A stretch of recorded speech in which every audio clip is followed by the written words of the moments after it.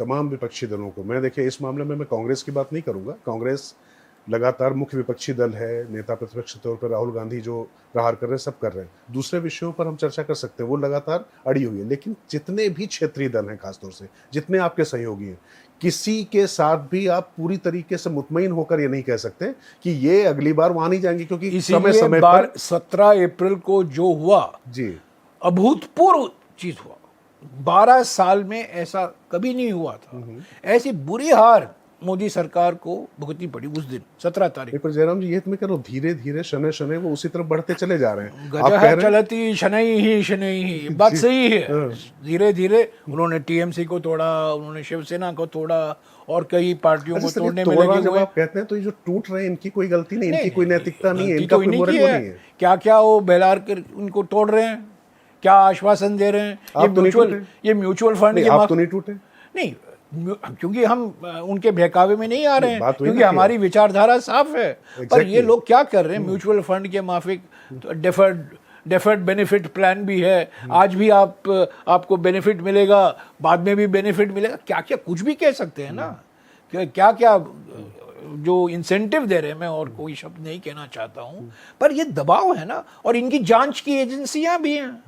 अरे हम आज देखें ना, जब वो हमारे साथ थे यूपीए सरकार में, उनको कहा गया सीबीआई, ईडी, क्या क्या ये उनके खिलाफ सीएजी रिपोर्ट, क्या क्या नहीं आरोप लगाए बीजेपी ने।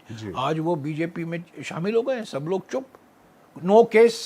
एयर इंडिया मिसाल है, जब तक प्रफुल्ल पटेल जी हमारे साथ थे वो दागी थे, अभी वो बीजेपी में शामिल हो गए, वो बिल्कुल मैं उल्टा सवाल बीजेपी के वॉशिंग मशीन में जाकर साफ सुथरे आ गए, ऐसे बिल्कुल सफेद। नहीं, मैं यही उल्टा सवाल आपसे पूछ रहा हूँ कि प्रफुल्ल पटेल जी जब आपके साथ थे तब वो साफ थे और अब खराब हो गए, क्या कहेंगे? नहीं, मैं कह रहा हूँ जो गलत इल्जाम लगाए गए थे ना तब, वो सीएजी की रिपोर्ट देखिए। सीएजी को माफी मांगना पड़ा 2G को लेकर, कोयले घोटाले को लेकर।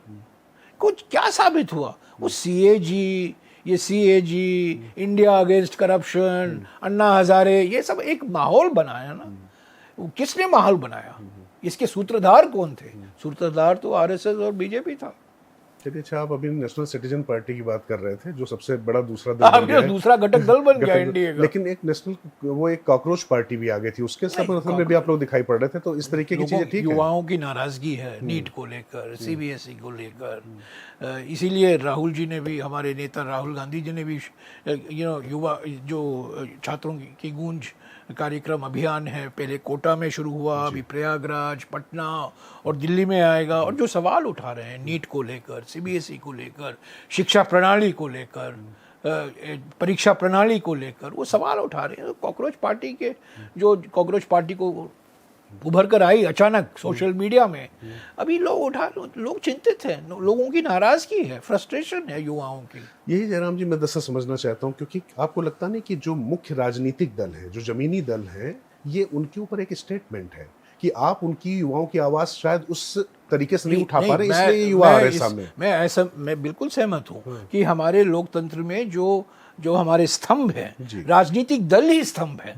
राजनीतिक दल को ही, या विपक्ष में हो या सत्ता में हो, जो अभी आज हम विपक्ष में हैं, पहले हम सत्ता में थे, पर जो लोकतंत्र में मुद्दे उठाए जाते हैं वो राजनीतिक दलों के द्वारा उठाए जाते हैं ना।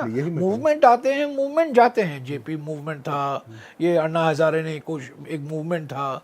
ये मूवमेंट अपनी विशेषता है, उनकी जगह विशेषता है, अपनी स्थान में है, पर मुख्य स्तंभ जो है, जो हमारे प्रणाली को ऑक्सीजन देता है ना, वो राजनीतिक पार्टी के द्वारा ही दिया जाता है। ये चिंताजनक नहीं है कि इस तरीके से तो छात्रों की गूंज अभियान राहुल जी ने निकाला है। पहले तो भारत जोड़ो यात्रा का आपने जिक्र किया। नहीं, आपने भारत जोड़ो यात्रा के, मैं यहीं पर पहले रुकूंगा। भारत जोड़ो यात्रा बहुत अच्छा नाम आपने। और उसके बाद भारत जोड़ो न्याय यात्रा भी आया। 2 यात्राएं हुई, एक तो कन्याकुमारी से लेकर श्रीनगर तक और दूसरा मणिपुर से लेकर मुंबई तक।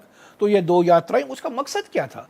मकसद यही था ना कि यात्राओं के द्वारा हम लोगों की जो चिंता है, लोगों की मन में जो ये आशंकाएं हैं, जो चिंताएं हैं, जो चाहते हैं, वो सरकार तक हम पहुंचाएं। हम उन मुद्दों को उजागर करें, उन मुद्दों को लेकर हमारे एजेंडा में हम शामिल करें। जो आप हमारा मैनिफेस्टो देखें, जो 2024 में जो लोकसभा चुनाव हुआ था, उसके लिए हमने जो 5 न्याय के वादे किए थे, वो तो भारत जोड़ो यात्रा और भारत जोड़ो न्याय यात्रा से निकला। और मैं आप एक बार और बता दूं, क्योंकि मीडिया में इस बात का कभी जिक्र नहीं होता है, बार बार नरेंद्र मोदी अपने आप को पंडित जवाहरलाल नेहरू के साथ तुलना करते रहते हैं। वो कहते हैं लगातार 3 चुनाव जीते हैं, जो उनके ढंढोरा पीटते हैं।